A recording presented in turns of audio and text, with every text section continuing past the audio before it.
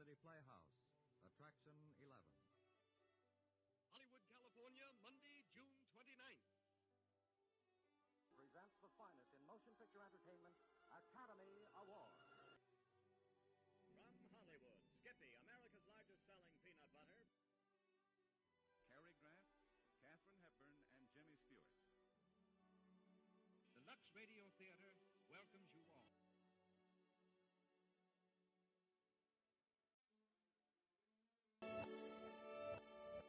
Hello everyone, and welcome to Drama and Theater, brought to you by Dwayne Old Time Radio. Before we get to today's drama, if you enjoy what I'm doing, let me ask you to subscribe to my channel. Subscribing is 100% free, and you will receive notifications on new posts. Lastly, if you have a moment, write a short 1 or 2 sentence review or give a rating on your preferred podcast service. A positive review or rating would help me out a lot. And now, on to the show. This week on Drama and Theater, we have Skippy Hollywood Theater. Their play titled, There's Nothing Like a Good Cup of Coffee. Personally, I'm not a big coffee drinker, but my wife is, and she would swear by that. She loves coffee. Not that anyone cares. I like iced coffee, if anyone does care about that. I think that's good. Some no-calorie iced coffee with some zero sugar creamer. Delicious. Back to Skippy Hollywood Theater. There's Nothing Like a Good Cup of Coffee. 37th episode, June 13th, 1947. The following program was produced in Hollywood and transcribed for release at this time. If you like peanuts, you'll like Skippy. From Hollywood, Skippy, America's largest selling peanut butter, presents the finest in comedy, romance, drama, in the Skippy Hollywood Theater.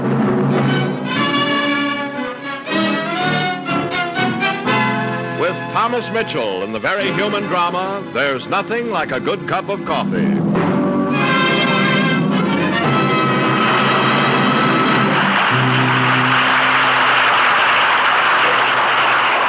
Now, here is our director, Les Mitchell. Welcome to the Skippy Hollywood Theater, ladies and gentlemen. Among the various skilled trades and professions, a man unusually adept at his work is designated by that particular skill. For instance, a doctor's doctor or an actor's actor. We're very proud to be able to bring you this week a gentleman who is loved and respected not only by the fans of the country, but who in the profession of acting is known as an actor's actor. He needs no introduction because every appearance has accented the fact that he is one of the great actors of this generation. And here he is for a brief hello before we present our show. Our star, Mr. Thomas Mitchell. Thank you very much, Les. You're very kind. Thomas, I was very interested in your comments on the art of being an actor, and I'd like to pass them along to our audience at the conclusion of the program. Of course. I'll be glad to stay after the curtain, Les. All right, then, we have a date. Mr. Thomas Mitchell will return for a few moments after the play, and I think you'll be interested in what he has to say, particularly those youngsters who have an eye on a career in acting. But now, let's listen to Van the Skippy Man. If you've never eaten ripe olives, chances are you won't like them the first time you taste them. You have to learn to like them, and that's true of a number of foods. But it's not true of Skippy peanut butter. You're either going to like Skippy from your very first spoonful, or, if my sponsor will forgive me for saying this, you're not going to like it at all. Whether or not you like Skippy depends mostly on whether you like peanuts. Now, when I say peanuts, I don't mean those little ones. I mean the big, fancy kind you buy for premium prices at fancy nut shops. If you like that flavor, then I'm sure you'll like Skippy, because that's exactly the flavor you'll find in Skippy. Now, don't confuse new, improved Skippy with old-style peanut butter. They're as far apart as the North and South Pole. Skippy has no floating oil. It never needs stirring, never dries out. Skippy stays fresh and sweet and easily spread to the last spoonful at the bottom of the jar. So in deciding whether or not you think you'll enjoy Skippy, you can't go wrong if you'll let our slogan guide you. If you like peanuts, you'll like Skippy. Thank you, Van Desatel. Now, curtain going up. Places, everyone. Curtain. The curtain is up, and here's the play.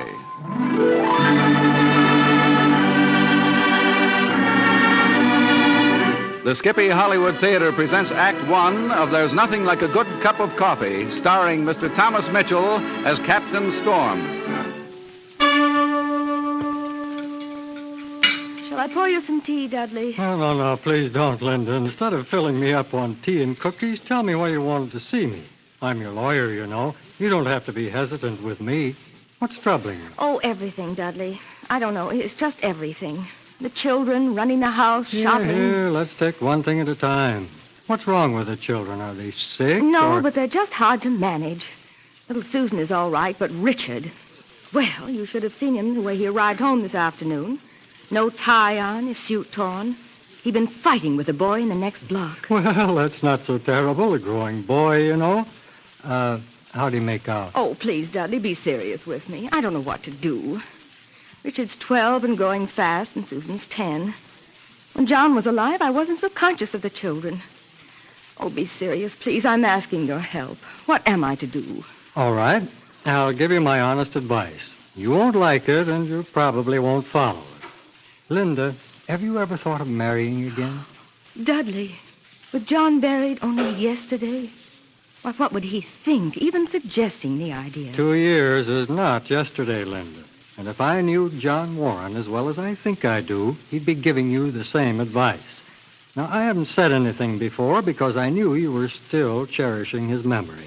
His things as he left them, his pipe on the mantel. But the time has come when you have to look at the future, not the past. But marriage... Dudley, tell me, are most men like John, or was he different? More understanding and tender than other men? Linda, I'm only your lawyer. Now, John was the right man for you at the time, but he's left your life. He's been gone for 2 years. You're a different person now, even though you have been fighting off reality for these 2 years. You're alone with 2 growing children to bring up. You have to start from where you are now. And, of course, well, a marriage would be new and a different experience. But supposing I did want to marry again, who'd want to marry a widow with 2 children?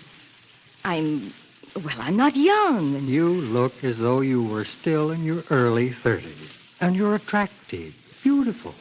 You're not just... Oh, no, I'm not just being kind. And you really think some handsome, charming man might want to marry me? Yes, I most emphatically do. But who? Well, lots of men. There must be lots of men who would want to marry Oh, but Dudley, I can't just marry anybody. No, you most certainly can't. The man who gets you has to be somebody. And I don't know a soul who isn't already married or too old or too young or too something. I do respect your advice, and I might even consider it. But you'll have to help me. How am I to find the right man?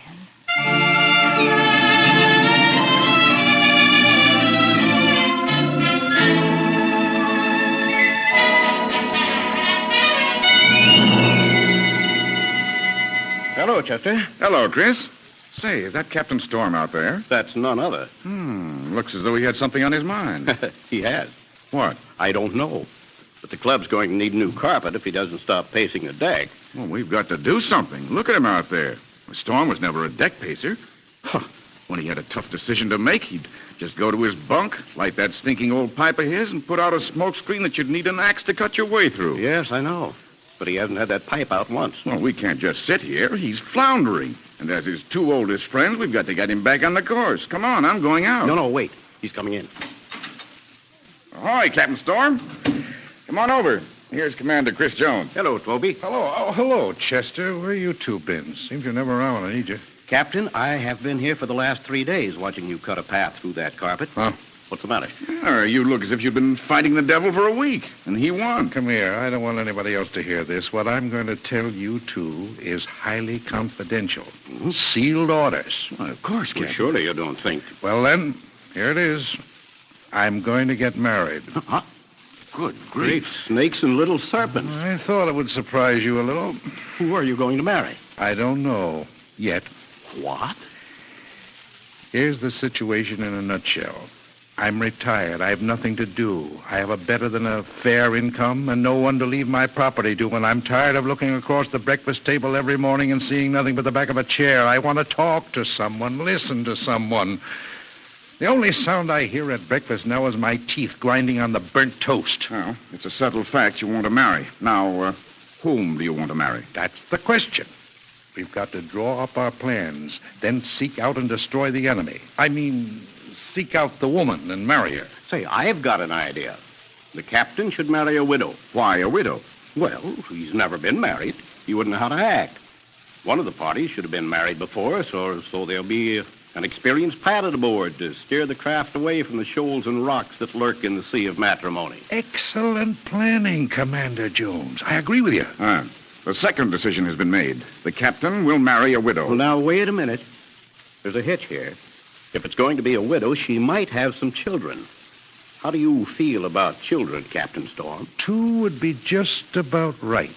I'd sit at the north, due south would be my wife, 90 degrees east would be a youngster, a boy about 12 years old, and 270 degrees, perhaps a little girl, maybe a few years younger. Then, in any direction I looked, I'd see my family. All neat and shipshape. You can become a husband and father all at once. Then it's settled. A widow with 2 children, a boy and a girl. Now we know our objective.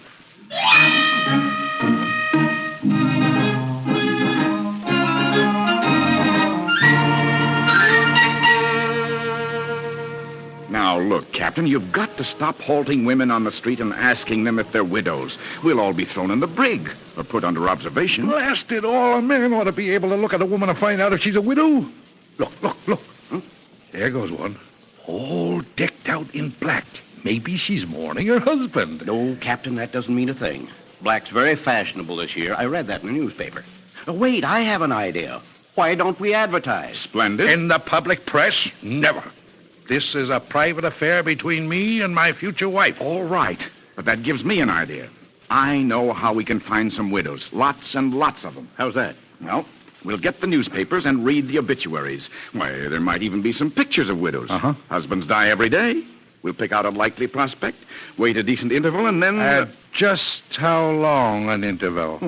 3 or 4 weeks. Give her time to forget. No, that's too soon. That's too long. I'm not getting any younger. Chris, how long do you think it takes to forget? Oh, about 2 years or so. I remember once I had a ship. She was the trimmest, fastest ever built. And she was rammed by a freighter one night in the fog down in the Gulf of Lower California. Took me well over a year to get over the loss of that ship. That's right, Chris. I know what it is to lose the first thing you really care about. No ship is ever the same again.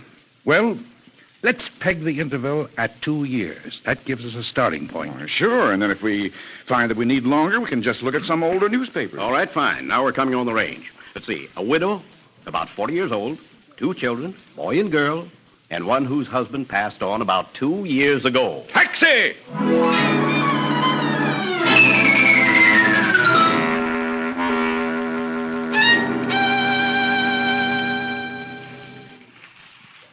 Ah, look at them. A whole page of widows, all arranged in alphabetical order. Mr. Ainsworth is survived by his wife and 6 children. Well, try another. That's too many children. Oh, here, Chester. You start at the top and make a list, and I'll do the same, working up from the bottom. Then we'll start calling them.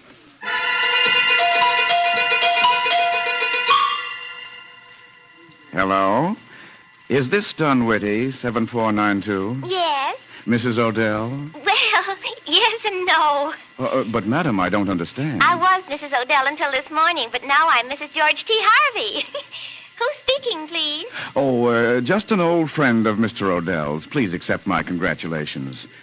We're too late. She was married this morning. Well, you see, they do marry again. Cross her off the list and try the next one. Yes, thank you kindly. I'll keep you in mind. Well? Cross her off. The FBI filled her husband full of holes when he tried to shoot it out with them. Yeah, thank you very much. Boy, she'd marry anyone, sight unseen. Well, men, there's only one left. Here, you landlubbers, I'll take a hand.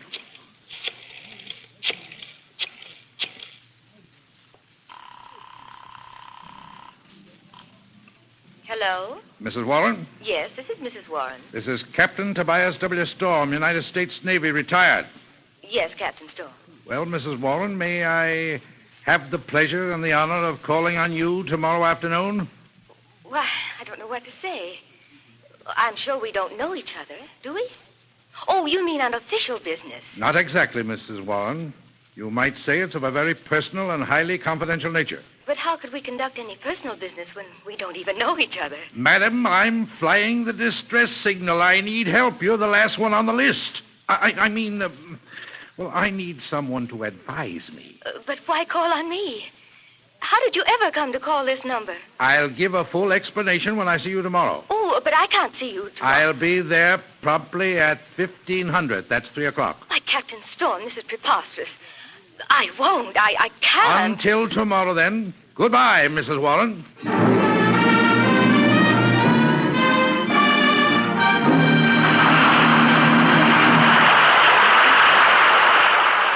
And the curtain falls on Act One of the Skippy Hollywood Theater's presentation of There's Nothing Like a Good Cup of Coffee, starring Mr. Thomas Mitchell. But now let's listen to our Skippy storyteller, Mr. Van Desatel. What thrilling saga of mystery, intrigue, adventure, or romance do you have for us now, Van? Well, Les, I wish I could tell folks a story about a jar of Skippy peanut butter found sealed in the cornerstone of a 10-year-old building when it was torn down, and when the Skippy was opened, it was just as fresh as the day it was made. I say I wish I could tell you such a story, but I can't because it isn't true. But I could tell you true stories of Skippy staying fresh for a year, and even more after it was purchased. True tales of Skippy staying fresh for weeks and even months are commonplace, everyday occurrences. We make the claim that Skippy stays fresh and sweet and easily spread to the last spoonful at the bottom of the jar. And that claim is true.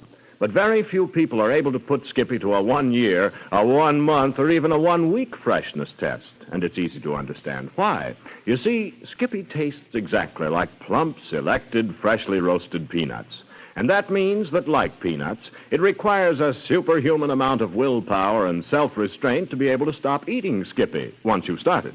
But you needn't worry about overindulging in Skippy, for it's easy to digest and highly nutritious. So if you haven't already had the pleasure, try Skippy peanut butter soon, won't you?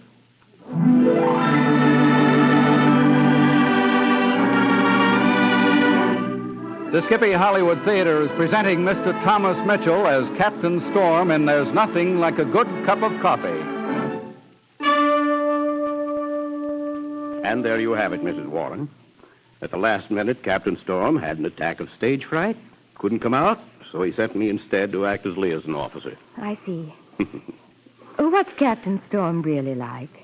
As a captain, brave, cool, resourceful. As a man, stubborn, proud, unpredictable. Well, isn't it odd that after all these years he wants to marry? It's not just, well... Just a passing fancy? Not if you knew Captain Storm. It took him 3 whole days to make up his mind. Oh? Oh, he'll get married, all right. Nothing will stop him. Just let him down easy like Mrs. Warren when he asks you to marry. Oh, of course. But do you think it's wise for him to marry? Well, I thought he was crazy when he first told me, but... But what, Commander? I've changed my mind. Oh? Well, that's interesting and sudden, isn't it? No, Mrs. Warren. When I first saw you, I realized that I had been crazy all these years, and that Captain Storm is a very wise man. Why, Commander Jones.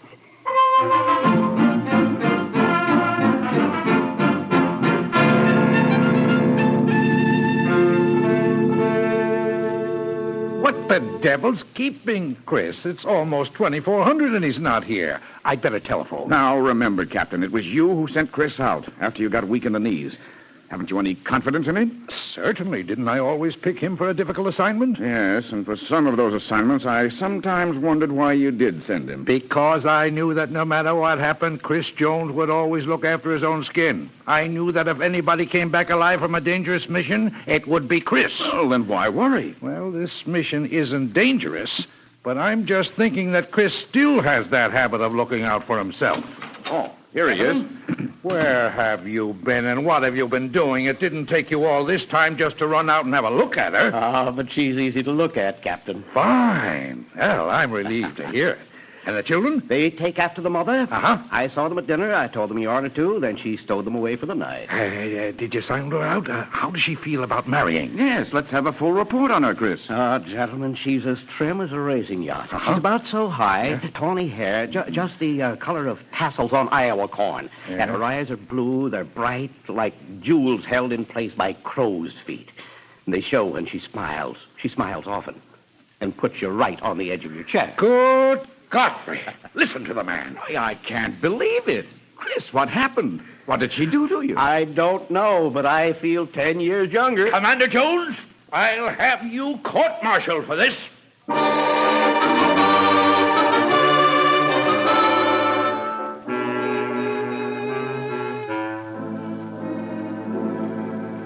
Morning, Chris. Morning, Chester. What's burning?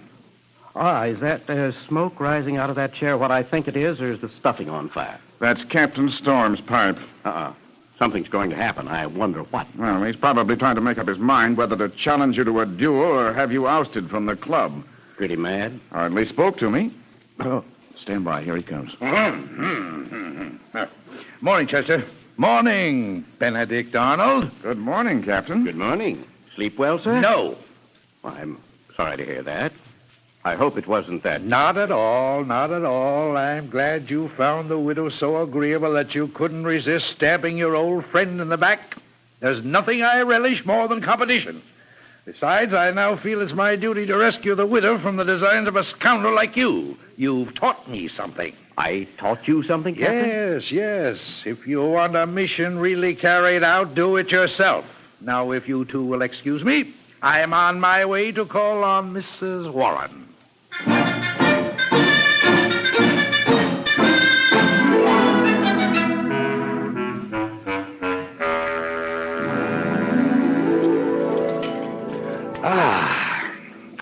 That's what I call coffee. Do you always make it like that? Well, not so strong, Captain Storm. But I knew you'd like it that way. You made it special for me, huh? How very thoughtful and considerate. Oh, not at all. It was ordinary courtesy. You would have done the same for Commander Jones? Well, of course, if I thought he preferred it strong. Well, it's an unusual woman who knows how to make good coffee.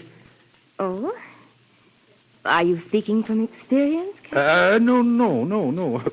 Oh, blast it all, Mrs. Warren. Every time I try to lead up to something, you snarl up the rigging and I have to shorten the sail. I'm sorry, Captain. Just what were you leading up to?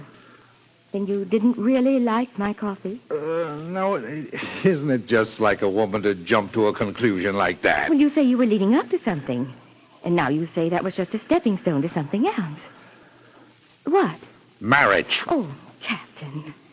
You speak of women being illogical. Mrs. Warren, I want this to happen every morning. But any good cook could... There's more. I want you to be across the table every morning. Well, my goodness.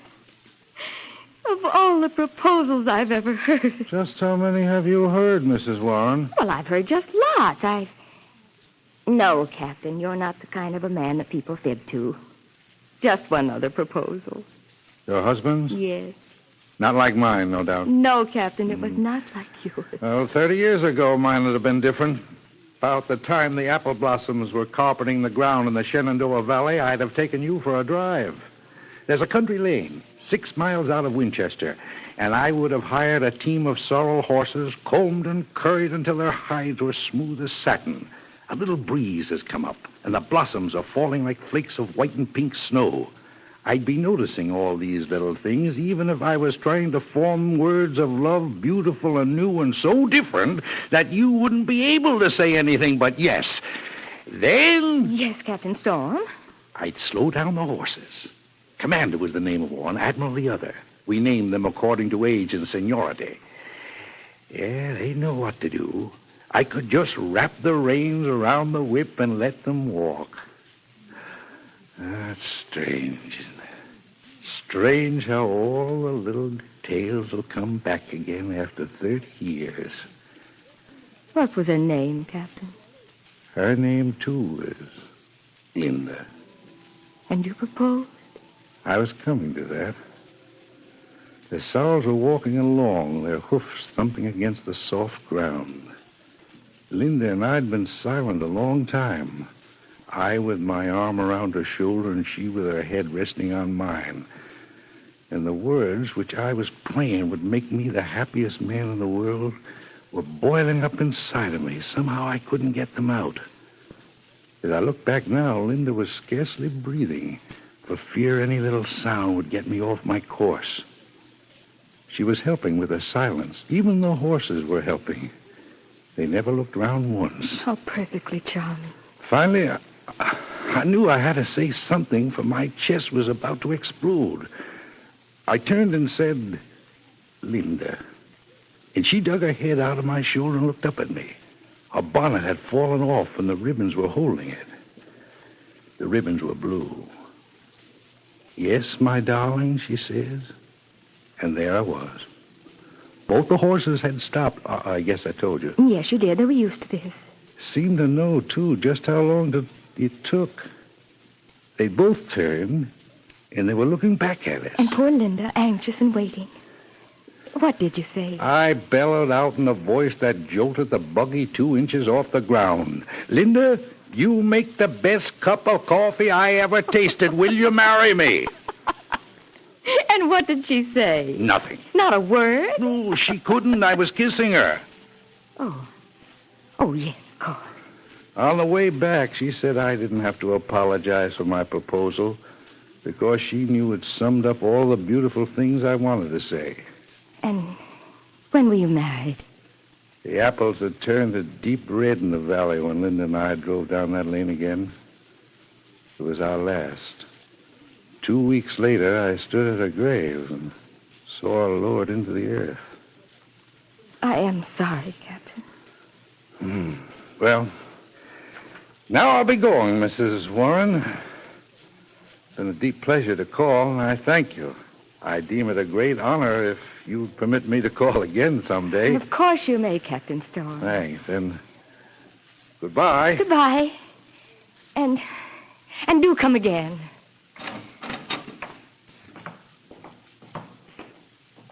Captain?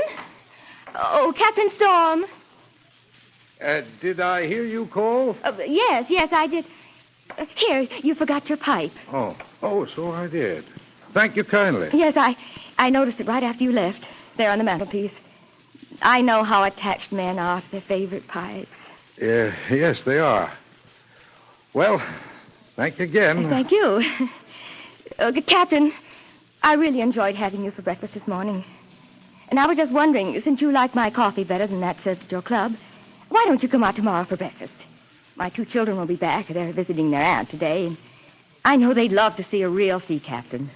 Well, nothing will please me more. Thank you. And Mrs. Warren, if you would just say the word, your children can look at a real live sea captain every morning. Oh, well, I don't know what to say now. Anyhow, come tomorrow. And if the children like you as much as I do... I'll be here promptly. By the way, Linda, this must be your husband's pipe. I've got mine in my coat pocket.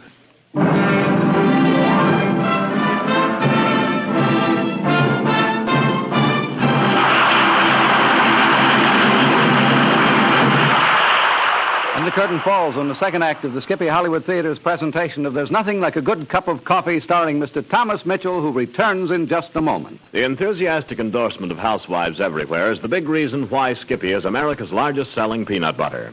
Housewives appreciate the outstanding Skippy advantages, the complete absence of floating oil, stickiness, and dryness, and the fact that Skippy stays fresh and sweet and easily spread to the last spoonful. Creamy-style Skippy, blue label, is triple milled to a buttery smoothness. Chunk-style, red label, is just the same as creamy, except that it has crunchy little nuggets of peanuts added. If you like peanuts, you'll like Skippy.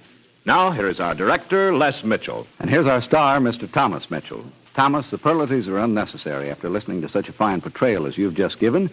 Thank you very much. That was a lot of fun, an interesting story and character. You know, I enjoyed every minute of it. As I said at the beginning of the program, I'm most interested in your comments on the business of becoming and being an actor.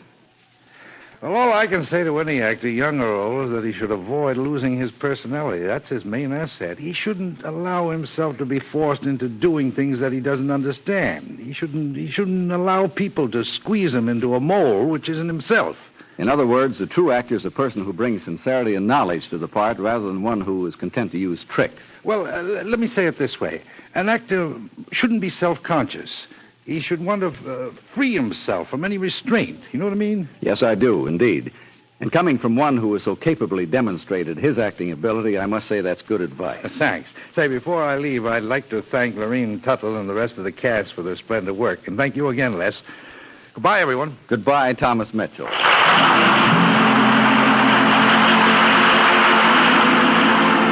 Mr. Thomas Mitchell was supported by an all-star cast. Lorene Tuttle as Linda, Ted Von Eltz as Chester, Hugh Studebaker as Christopher, O.J. Newworth as Dudley.